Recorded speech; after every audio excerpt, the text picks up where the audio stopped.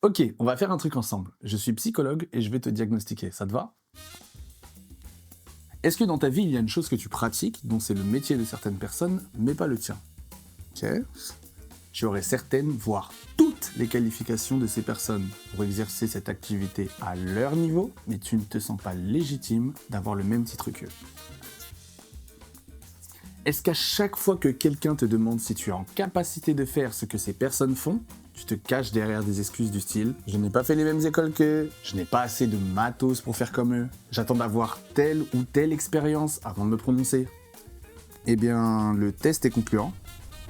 Tu es atteint du syndrome de l'imposteur. Chez les artistes, on le connaît très bien celui-là. Et je vais beaucoup parler des artistes et de la créativité en général parce que ce syndrome est étroitement lié au regard que la société même porte sur l'art et la créativité dans un sens large. Je sais, ça devient technique, mais accroche-toi, je vais t'expliquer le fond de ma pensée, qui m'est d'ailleurs propre, donc je te laisse libre de parler de la tienne en commentaire. Alors, comment ce syndrome se manifeste? Je vais prendre mon exemple. Ça, c'est un graffiti que j'ai fait quand j'avais environ 15 ans.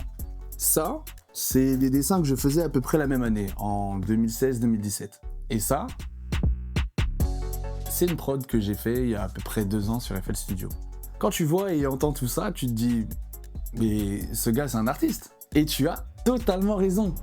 Et là, ton visage s'affaisse. Et tu te dis « Wesh, il est sérieux lui? Il a fait 2 dessins et une prod et c'est bon, il s'autoproclame artiste. » Voilà. C'est exactement à ce moment-là que le syndrome fait son apparition. Qu'est-ce qui me rend légitime? Sur quoi je me base pour prétendre être ce que je dis que je suis ou ce que les gens pensent que je suis? Légitime, justifié par le bon droit, la raison, le bon sens.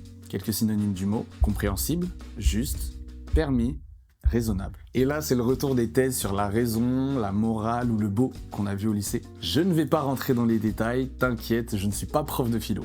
Par contre, je vais me pencher sur l'aspect du qui peut définir ce qu'est le raisonnable, le bon sens. Au début de la vidéo, je vous ai dit que j'étais psy, mais on est bien d'accord que pour l'être, il faut des qualifications très spécifiques, des diplômes ou autres titres qui vont justifier le fait que je puisse être reconnu comme tel. Maintenant, dites-moi, quel examen je dois passer au juste pour être youtubeur? En gros, et là je retourne dans du technique, on est sur une dualité entre l'universalité du domaine exercé, par exemple la musique, les musiciens, tout ça, et la subjectivité de ce qui plaît ou non. Tout le monde n'est pas fan de Beethoven, mais tout le monde s'accorde à dire que voilà, Beethoven c'est un musicien, un compositeur si on va dans les détails, mais voilà, vous avez capté où est-ce que je voulais en venir. Chacun a ses préférences pour juger de ce qui est bon ou pas, donc de la même manière de ce qui est juste ou non. C'est les gens et nous-mêmes qui décidons si on est légitime d'être ce que l'on dit.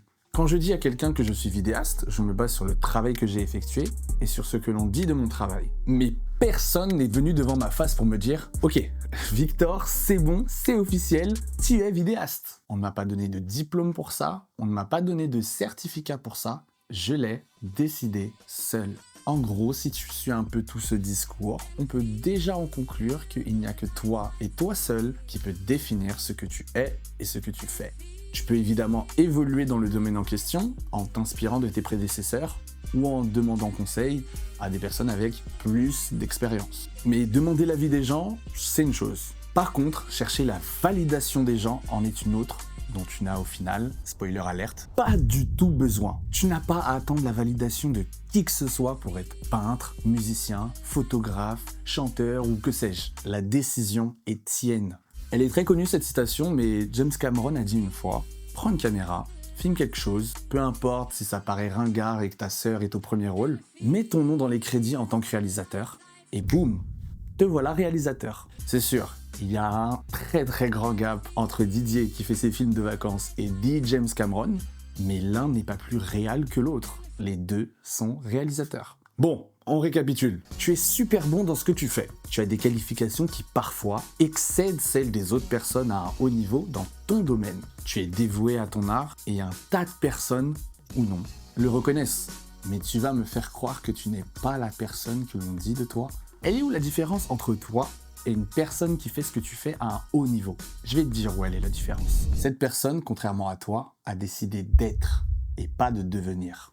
Tu penses vraiment que Picasso a attendu d'avoir le titre de peintre avant de faire des tableaux? Ce que je suis en train de te dire, c'est que tu n'as pas besoin d'une carrière dans le domaine ou de milliers de vues pour faire ce que tu as envie de faire. Si tu veux être chanteur, sois chanteur. Si tu veux être photographe, sois photographe. N'attends pas qu'une opportunité se présente pour être cette personne. Sois déjà cette personne. Il n'y a aucune formule parfaite, aucun chemin type allant d'un point A à un point B qui va te permettre d'être créatif.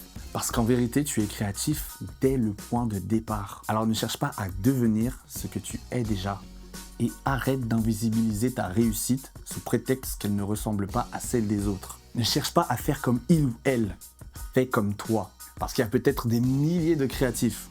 Mais des comme toi, il n'y en a qu'un seul.